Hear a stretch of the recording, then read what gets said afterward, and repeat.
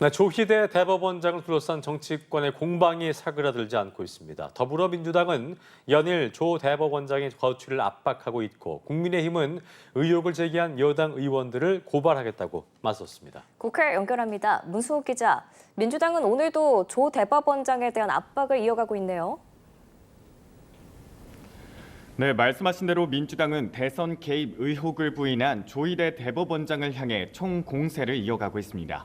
정청래 대표는 아침 회의에서 조 대법원장을 둘러싼 내부 비판과 국민적 불신은 스스로 자초한 일이니 깨끗이 물러나라고 쏘아붙였습니다.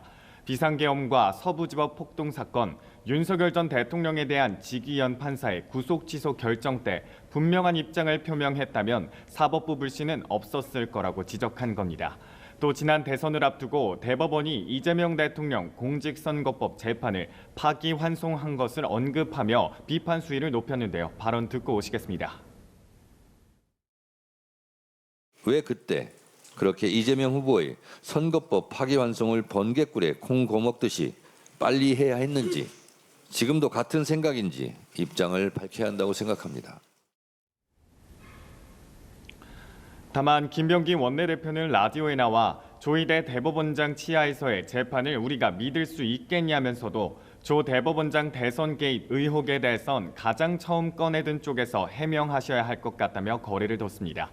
그러자 지난 5월 법사위에서 해당 의혹을 제기했던 서영교 의원은 SNS를 통해 조 대법원장이 윤석열 전 대통령에게 이재명 사건이 대법원에 올라오면 알아서 처리하겠다고 말했다는 제보를 현역 의원을 통해 받았다고 설명했습니다. 서 의원은 제보자가 보호돼야 된다며 그래서 특검 수사가 필요하다고 강조했습니다.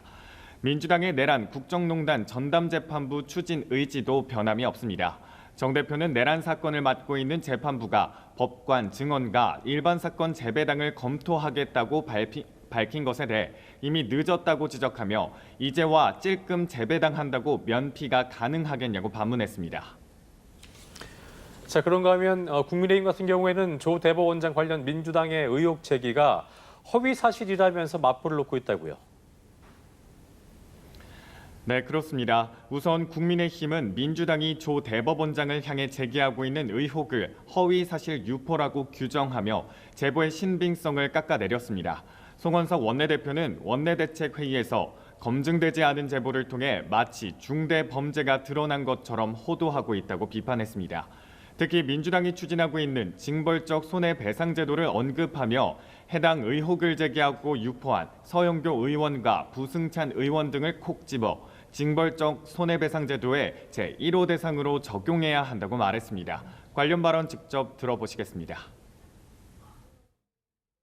이번에 허위 사실 유포에 가장 앞장섰던 정청래부터 시작해서 서영교, 부승찬, 거기에 김어준 등등 징벌적 손해배상 제도의 제1호 적용 대상이 되어야 한다고 저는 생각합니다. 이어 대법원장을 향한 정치 공작과 허위 사실 유포에 대해 즉각 형사 고발 조치를 하겠다고 밝혔는데요. 국민의힘 법사위 소속 의원들도 기자회견을 통해 면책특권을 악용한 가짜뉴스를 가중처벌하는 법을 발의하겠다며 국정조사 요구서도 제출하겠다고 했습니다. 송 원내대표는 또 민주당이 추진하는 내란 전담재판부가 헌법과 법치주의를 파괴하는 거라고 거듭 비판했습니다. 국민의힘은 특검의 압수수색에 대해서도 연일 반발하고 있는데요. 특검 수사를 야당 말살로 규정하며 전국 대응 방안을 논의하기 위해 오늘 의원총회를 열었습니다. 장동혁 대표는 의원총회에서 전날 특검의 압수수색 영장 집행은 영장 기재 내용과 달리 위법하게 집행됐다고 확신한다며 특검을 고발하겠다고 경고했습니다.